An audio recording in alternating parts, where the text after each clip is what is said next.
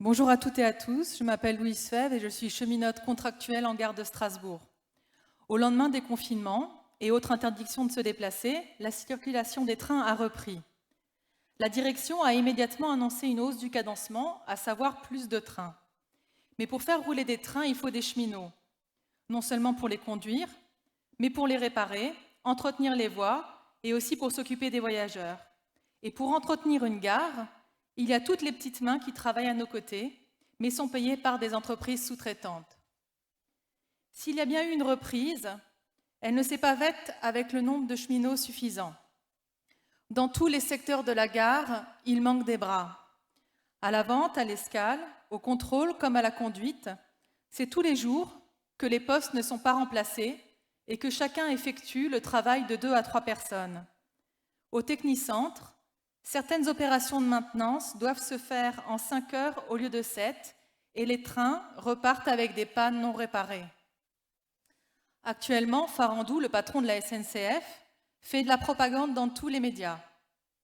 En même temps qu'il dit, je cite, « La clé de voûte de la SNCF est l'humain », il annonce pour les mois à venir 2000 à 3000 suppressions de postes. Il s'est permis d'ajouter que ce n'était pas un drame au regard des vagues de licenciements dans le privé. Qu'il aille le dire aux 6 millions de chômeurs et à tous les précaires qui attendent un travail qui leur permette de vivre dignement tous les mois.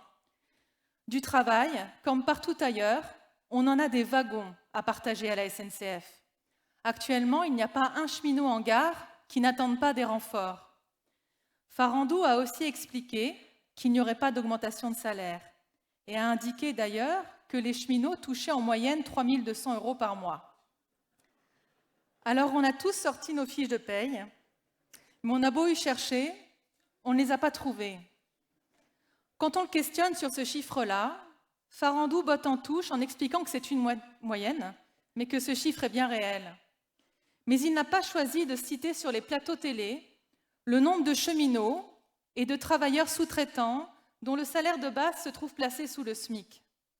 Il aurait pu également évoquer le nombre de trains non assurés par manque de matériel en état de marche ou par manque de personnel. Bref, il a donné les chiffres qu'il arrangeait. La dernière attaque en règle contre les cheminots, c'est l'ouverture à la concurrence et les transferts obligatoires.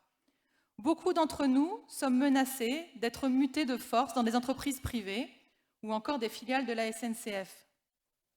Une occasion supplémentaire de mettre les travailleurs en concurrence et de tirer nos conditions de travail et de salaire vers le bas.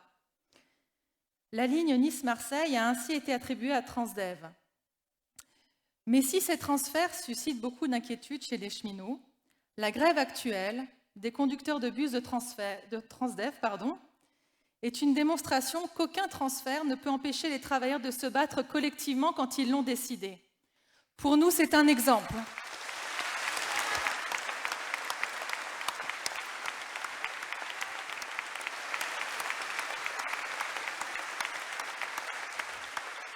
Et je passe la parole à Isabelle.